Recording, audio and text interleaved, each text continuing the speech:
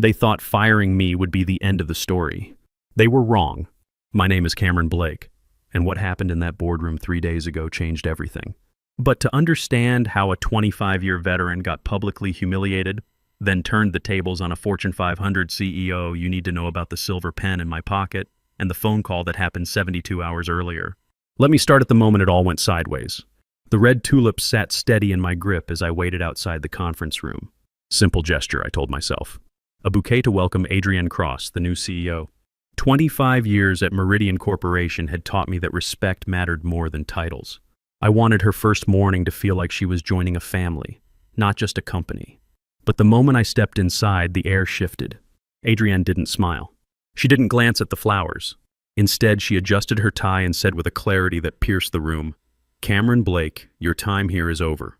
The words didn't register at first. Around the table, two freshly promoted vice presidents sat stiff, their pens poised as if waiting for me to argue. I looked at Adrienne, waiting for the hint of a smirk. Some sign this was a tasteless joke. It wasn't. She slid a manila envelope across the polished wood, her eyes flat, already dismissing me. My brain refused to process the information. 25 years of midnight calls, supply chain rescues, audits survived. All collapsed into a single cruel moment. No acknowledgement, no thank you, just a surgical cut. The humiliation deepened when she leaned forward, voice carrying so the entire room could hear. "This," she declared, tapping the envelope with a manicured finger, "is the beginning of cultural reform. Meridian must shed its relics to survive, and Cameron's departure will be our signal of change." Gasps rippled through the silence. I felt every eye on me, not with respect but with pity. My gift of tulips drooped in my arms, suddenly ridiculous. I set them down on the side table, their fragrance heavy in the stale air.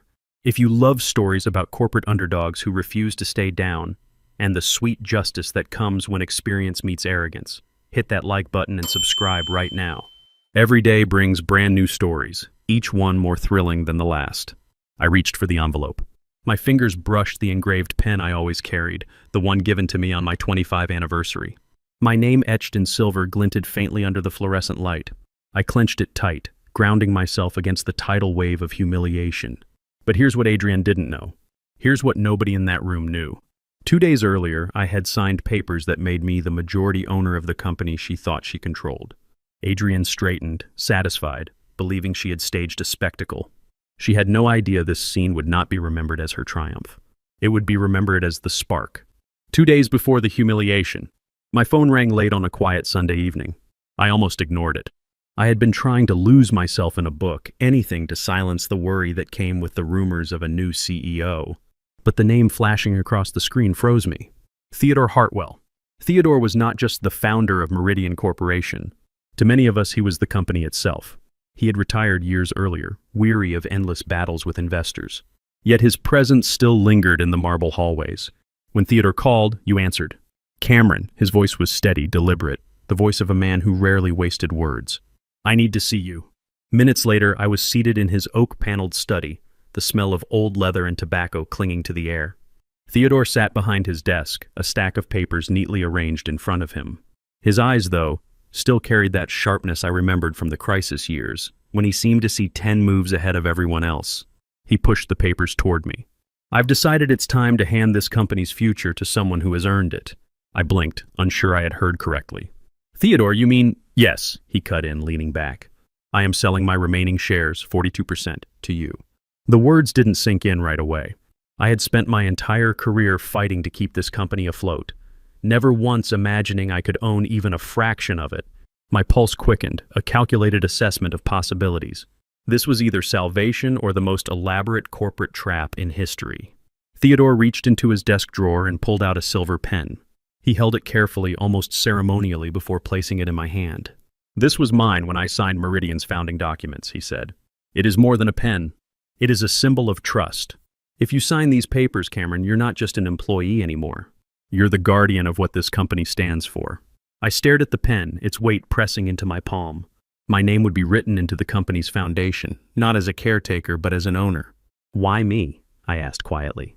"Because," Theodore replied, his tone low and measured, "I've watched the board circle like vultures. I know who is loyal to Meridian and who is loyal only to themselves. You've sacrificed more than anyone, sometimes too much, and I trust that loyalty." My throat tightened.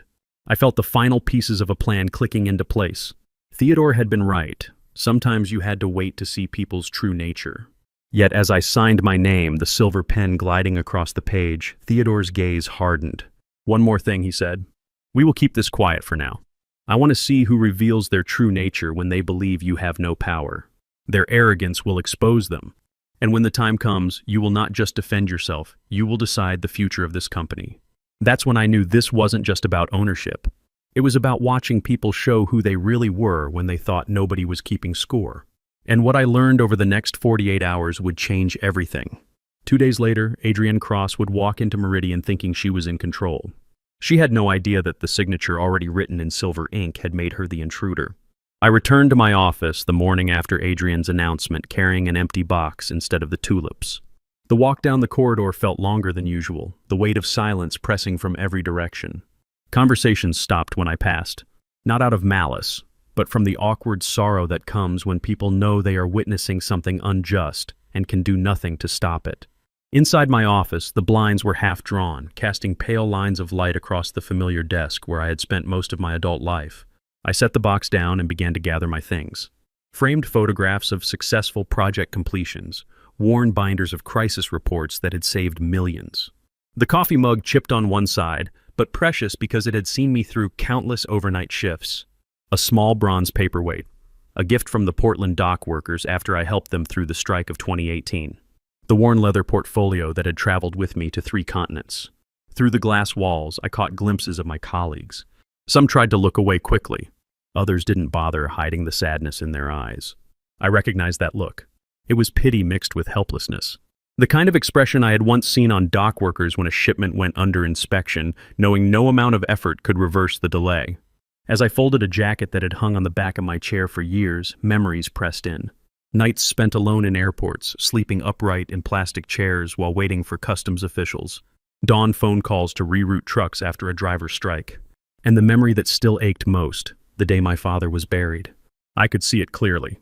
Standing in the war room of the operations center, maps and red markers covering the walls. A blizzard had shut down shipping lanes, threatening to destroy a multi-million-dollar delivery. I stayed, directing logistics like a general at war, convincing myself that saving the company justified missing the funeral. I never forgave myself for that choice, but I wore it quietly, a scar invisible to everyone but me. Now, looking at the faces outside my office, I wondered if anyone truly knew the cost. The boardroom could erase me with a single letter, yet the sacrifices I carried were carved into me permanently.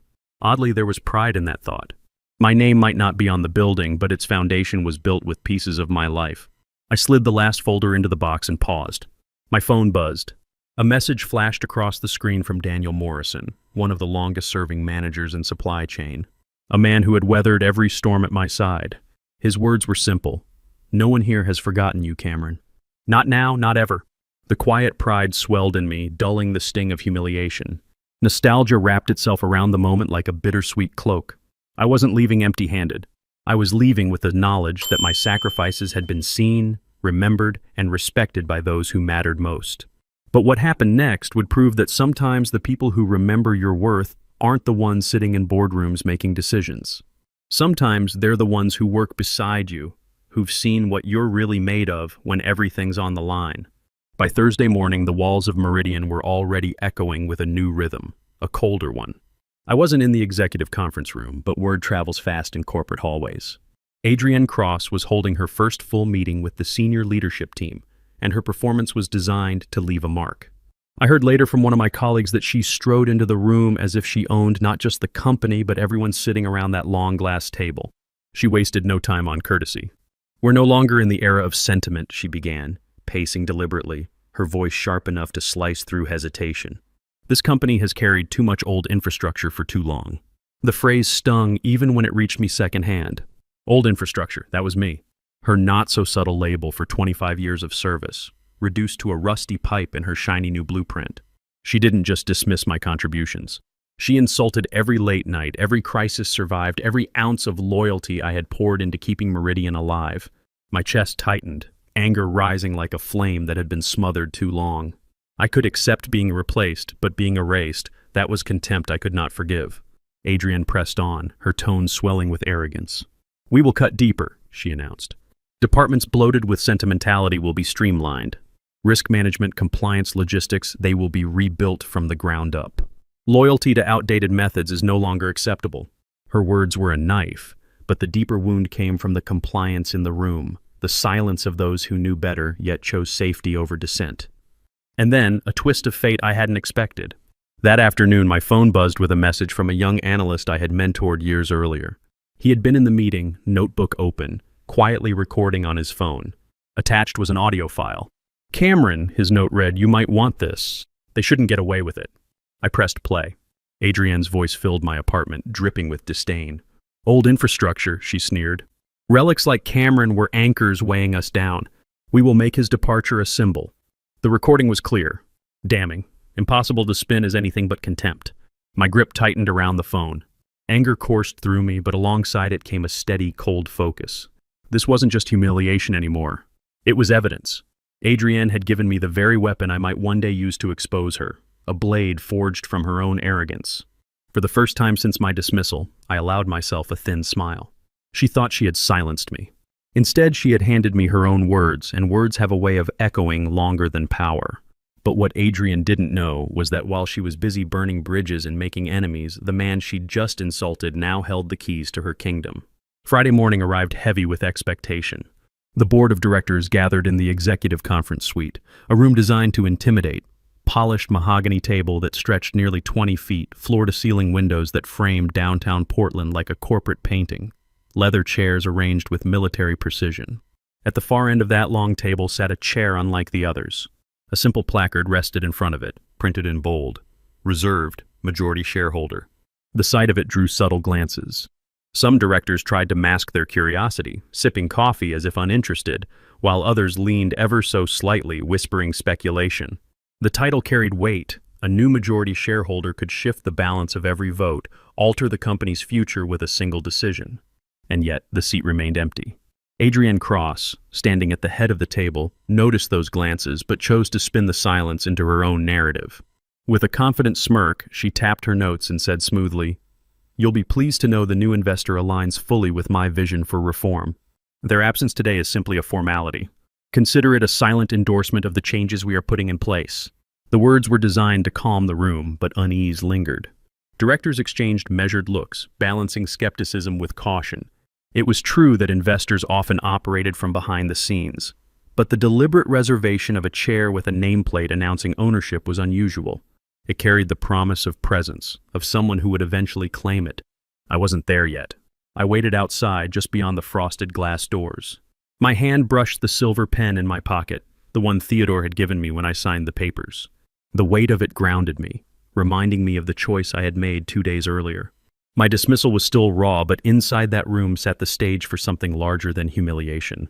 I took a deep breath, crossed my arms, and pulled my shoulders back. It was time to show them who really held control. For now, suppression was necessary. Every instinct in me wanted to storm into that room immediately, strip away Adrienne's arrogance. But I had learned that patience was the most powerful weapon. Inside, Adrienne continued her presentation, gesturing at slides filled with forecasts and charts. Her voice carried the confidence of a woman certain of her dominance. "This company will no longer cling to outdated structures," she declared. "We are moving leaner, sharper, faster." Through the frosted glass, I could make out silhouettes shifting, voices rising and falling in the rhythm of corporate theater. Adrienne's voice cut through it all, sharp, confident, completely unaware that her words were sealing her own fate. And yet, even as she spoke, one director leaned toward another, his voice barely audible but cutting through the quiet like a secret. Who exactly is supposed to sit in that chair? The question lingered, unanswered, but heavy enough to settle over the room. The anticipation swelled. No one there could have known that the silence outside the glass doors was mine, and that when I chose to enter, everything they thought they knew would change. Keep watching to see what happens when 25 years of quiet patience meets corporate arrogance head-on. The air outside the boardroom felt colder than the air inside. I stood in the hallway, my dress shoes planted firmly on the marble floor. The silver pen clutched in my hand.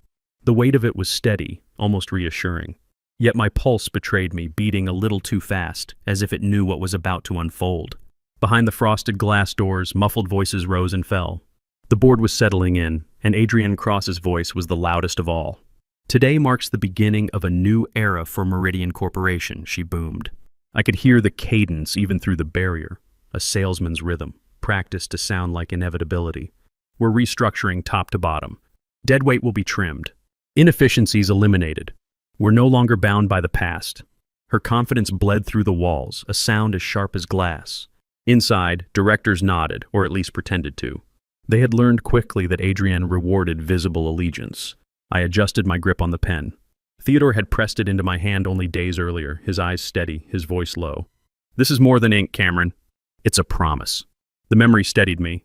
Still, I could feel tension rising like static along my skin. Timing was everything.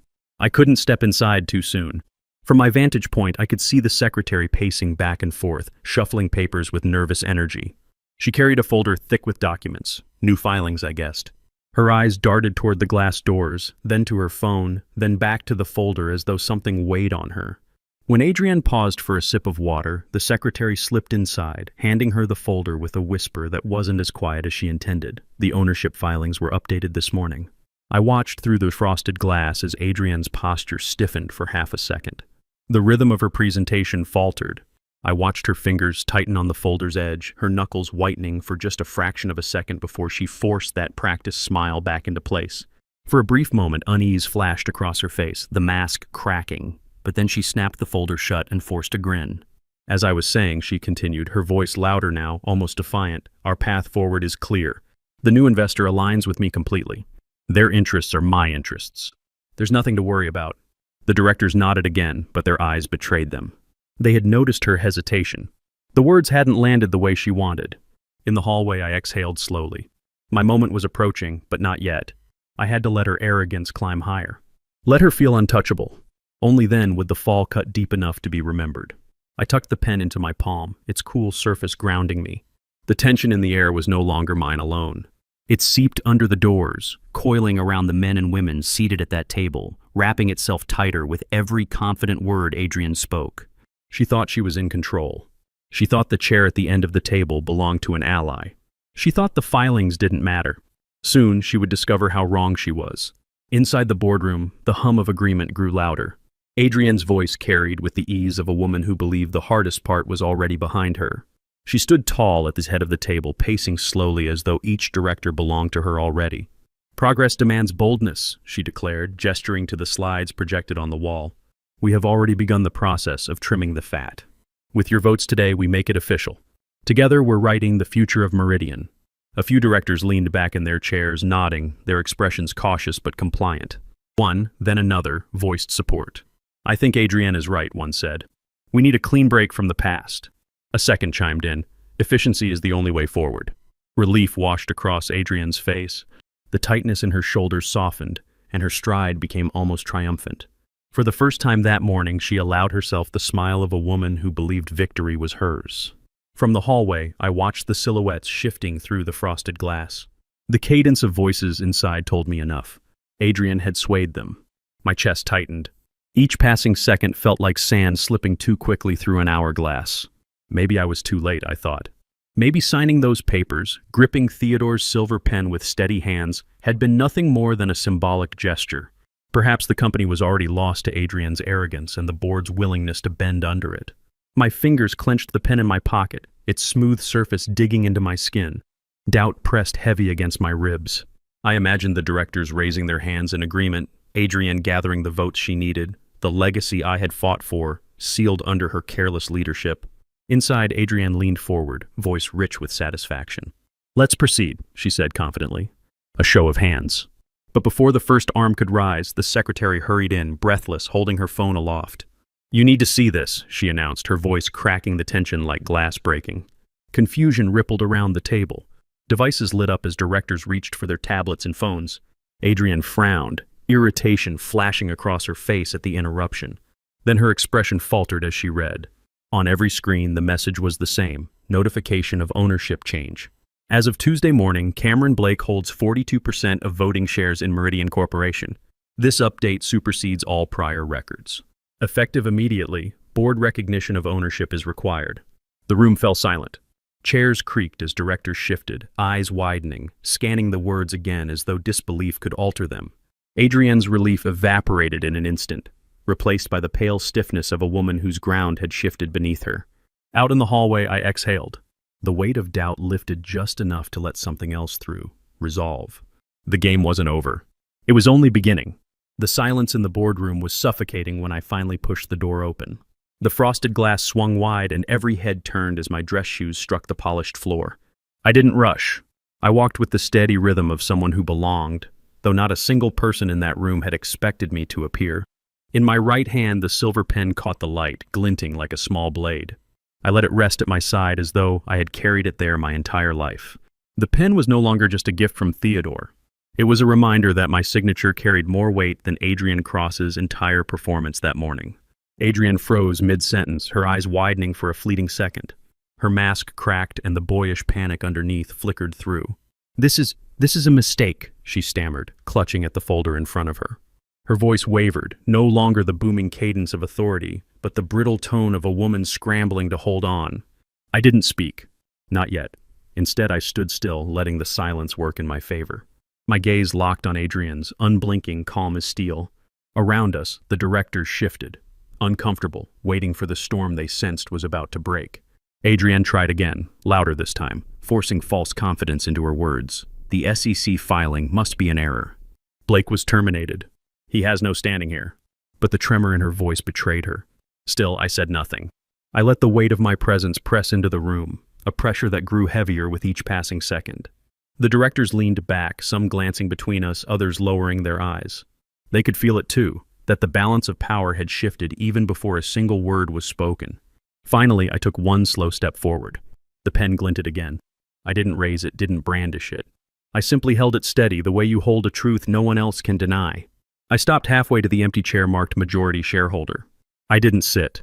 Instead, I stood beside it, silent, my eyes never leaving Adrienne. The effect was immediate. Her face paled and her words collapsed into nervous muttering. She gripped the table as though it might steady her. But the room had already turned. Every eye was on me now, waiting not for her, but for me. And still I waited. I let the silence stretch until it became unbearable, until even the sound of someone shifting in their seat felt deafening. The anticipation was a weapon, and I wielded it carefully. In that suspended moment, Adrian realized the truth. Power wasn't in shouting or grand declarations. Power was in the calm presence of the one person who didn't need to say a word. At last, I lowered myself into the chair at the far end of the table, the one reserved for the majority shareholder. The leather creaked softly beneath me, but the sound carried like a verdict through the boardroom. Every eye followed me as though the act of sitting was itself a declaration of war. I placed the manila envelope Adrian had once pushed across the desk onto the table in front of me, its edges worn from my grip. Then, with a voice calm but cutting, I broke the silence. "I do not accept the decision to terminate my employment," I said. The words were steady, measured, each syllable striking harder than any raised voice could have. Adrienne lurched forward, color rising in her cheeks. "This is outrageous," she barked. "He has no standing here." He was dismissed under my authority. "Your authority?" I interrupted gently, letting the words linger like frost. "That authority ends where ownership begins." The room tensed.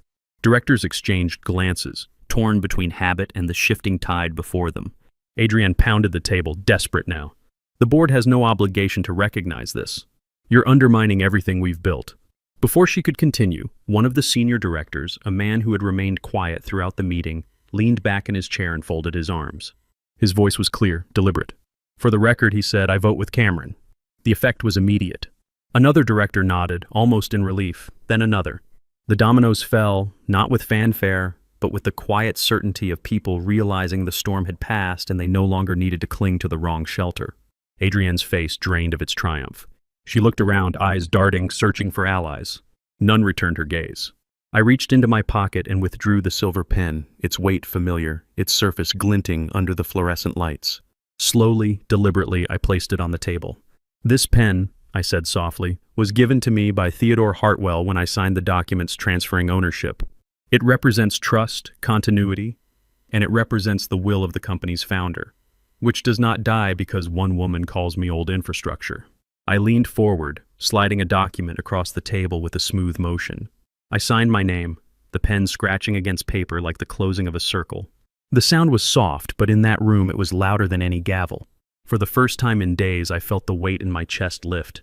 Liberation came not with shouting or revenge, but with the quiet satisfaction of balance restored.